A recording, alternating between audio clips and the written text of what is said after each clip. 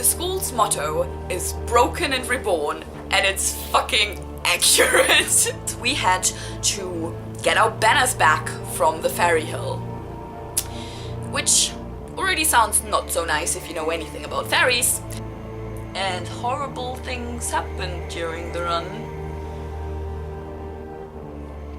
Very horrible things.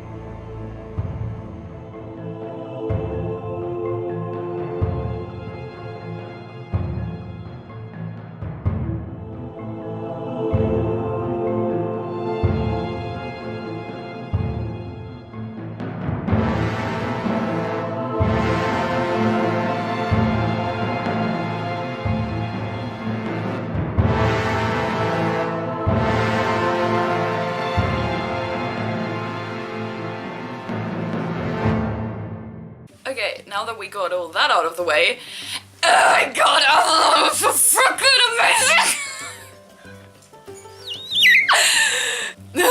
And it was so horrible at the same time!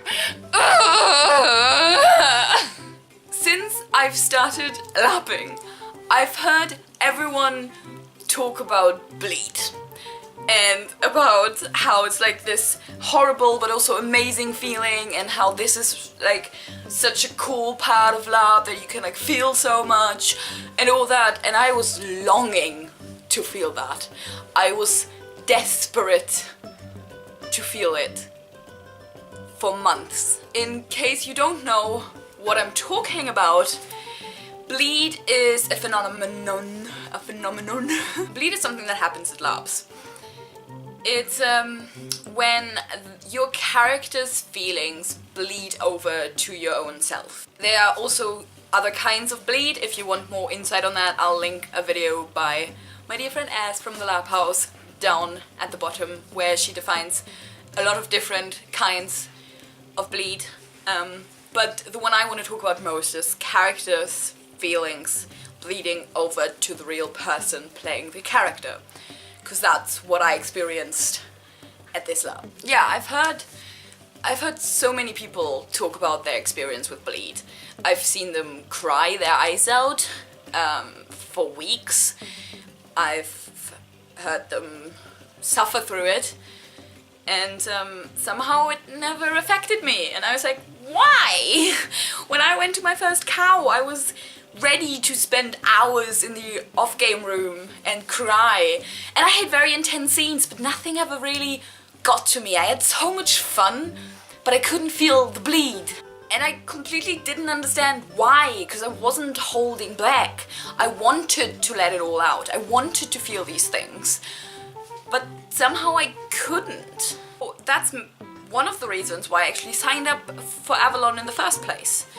I wanted to have this experience, and Avalon was advertised as something very intense. So I could kind of... So I smelled my chance and I signed up for it. I wanted to test my boundaries and my limits and just see how far I could go until LARP would break me. So I set up the whole game in a way where I could do this. I made very intense relations, some filled with love, some filled with hate, and I even discussed some scenes beforehand, like the torture scene that I mentioned in my last video, where I was dragged into the forest and forced to relive my worst memories.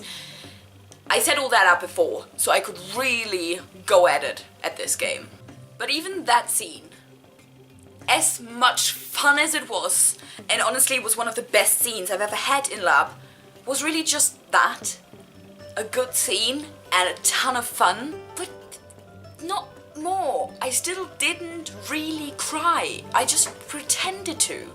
And I still didn't feel any bleed, even with all that going on. There was nothing there. And other people were literally crying at the smallest things.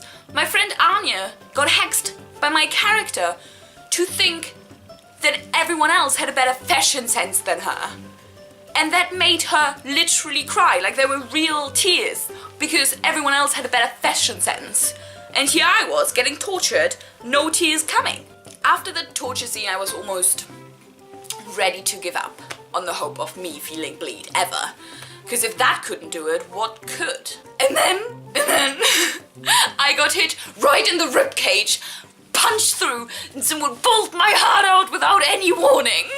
During the run, which is the big competition that I explained before, I found one of my favorite characters dead on the floor.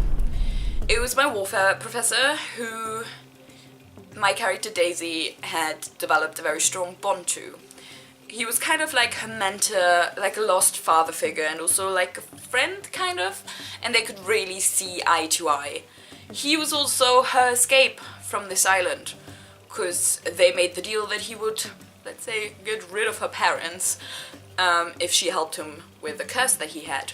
So he was all her hope. And then he was dead. Just dead. He was lying on the floor, killed by the Fomorians, and they wouldn't even let me get to his body. One of them ate his heart right in front of me and told me to stay away, otherwise I would have died too. So there was nothing I could do, he was already dead, lying there, and I just stood and watched. And I still wasn't crying. We finished the run. I actually went back to the Fairy Hill because I had some more plot going on. Some people needed saving, or I thought so, so I went up the hill again and I played for like another hour maybe. But once I came back from that plot line, I realized that I had to see the player of Professor Marion urgently. Like, I just wanted to see him and give him a hug and make sure that he wasn't actually dead. So I went to the organizer's room and I just started crying. Finally, the tears came. And he showed up and he was also crying, and we hugged and like cried together for a little bit, but also laughed about like the fact that we were so sad, and it was a really nice moment. And while the tears were still running, I felt like I was fine. I felt fine, also I thought. So I went back into the game and I sat with Willow as his character for a bit. And she was comforting me, and I just tried so hard to get back into the game, but I literally was just mourning. I couldn't concentrate on any of the plot going on, and there was a lot going on, like we had to save the islands, and we had to make deals with Faye, and there was Merlin, and there was Morgan Le Fay, and so much. But I just couldn't get back into it, even though it was so awesome, but there was just this like deep sadness inside of me. So I went back to the organizer room and then I completely broke down. I had one of the organizers sit with me, talk me through it, kind of just be there for me, and I'm so grateful because I just really needed that. So finally I decided I didn't want to miss out on any more plot. I didn't cry anymore, so I was like, okay, I'll just go back, I'll just join the game. But I just stood there. I was fucking dead inside, like, I couldn't concentrate still. And then I thought of something that organizer had said to me, that maybe I should do something to say goodbye in character, like a ritual or something like that. So I decided to go on the balcony, his balcony, where we had coffee together. And I sat there and I had smoke, and then I rolled another one for him, put it on his chair and wrote a little note that said, I hope you're free now, you will be remembered, Princess, which was the nickname he gave her. And I sat there for a while everyone was running around screaming and like smoke bombs were going off and the plot was like entering the final stage. But I just sat on the balcony just like in peace and kind of remembered everything and said goodbye, and then I went back into the game and literally died like 15 minutes later, so that was cool. But yeah, that was really strange. I enjoyed the rest of the game, I had a good time, but that character death and that feeling of bleed stayed for so long. I cried during the debrief, I cried at the after party, I cried the next morning when it was time to say goodbye, and I still cried a few days later. It just really stuck with me. So this feeling that I waited for so long, I hated it so much. At that time, I just wanted it to be over and to get out of my head. I didn't want to mourn this fictional character. I didn't want that feeling anymore. But now that a while has passed, I am so thankful for the fact that I could finally feel it. It was painful, but it was also beautiful, and I learned a lot from it. I grew from it, and I kind of became a better LARPer, just for myself, because now I know that I can feel it, and that it's okay to feel it, but that it's also okay not to feel it. Both sides are equally valid, and both are important experiences. Either you just have fun, or you cry your eyes out. You know, both is fine. It's fine. It's fine. But most importantly, I grew a bond with this person. Similar to what our characters had. Like, when you mourn each other's death, because I also died, and like lie in each other's arms crying, that creates a friendship that is really, really strong. So no, Avalon wasn't all fun and games. It wasn't all laughter. But it was so beautiful and so important to me and so many others. And again, I just want to thank everyone who made it possible that I could go to this game.